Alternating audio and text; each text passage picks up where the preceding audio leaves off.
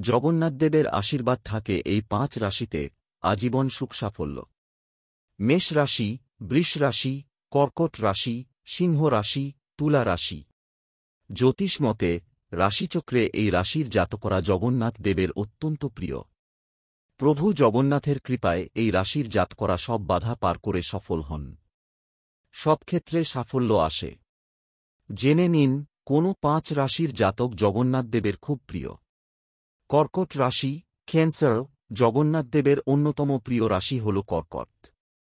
এই রাশির জাতকরা চাকরিতে ব্যাপক উন্নতি করে থাকেন। সব ক্ষেত্রে সাফল্য আসবে।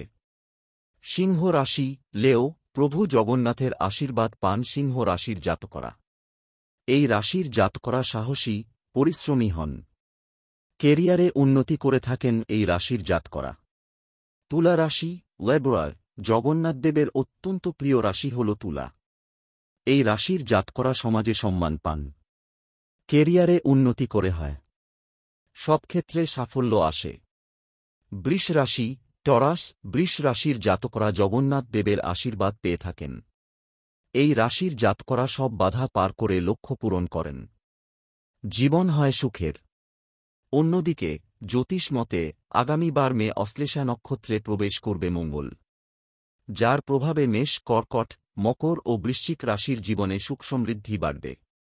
জ্যোতিষ মতে আগামী জুন মাসে বুধের রাশি মিথুনে প্রবেশ করবে শুক্র, যার ফলে কপাল খুলবে মিথুন, তুলা এবং সিংহ রাশির জাতকদের। জ্যোতিষ মতে আগামী 15 জুন মিথুন রাশিতে প্রবেশ করবে সূর্য, যার ফলে কপাল খুলবে সিংহ, কন্যা ও তুলা রাশির জাতকদের। জ্যোতিষ মতে মে মাসের শুরুতে বুধ ও বৃহস্পতি মিলে তৈরি করবে ত্রিএকাদশ যোগ, যার জেরে কপাল খুলবে বৃষ, মকর ও কর্কট রাশির জাতকদের।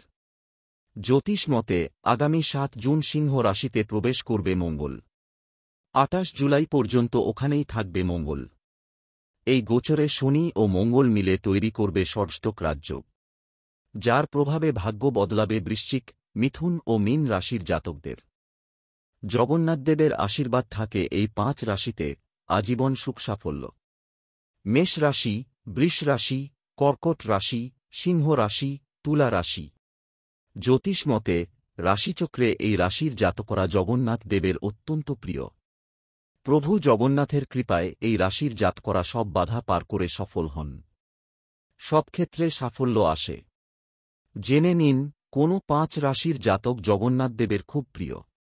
কর্কট রাশি, ক্যান্সার। জগন্নাথদেবের অন্যতম প্রিয় রাশি হল কর্কট।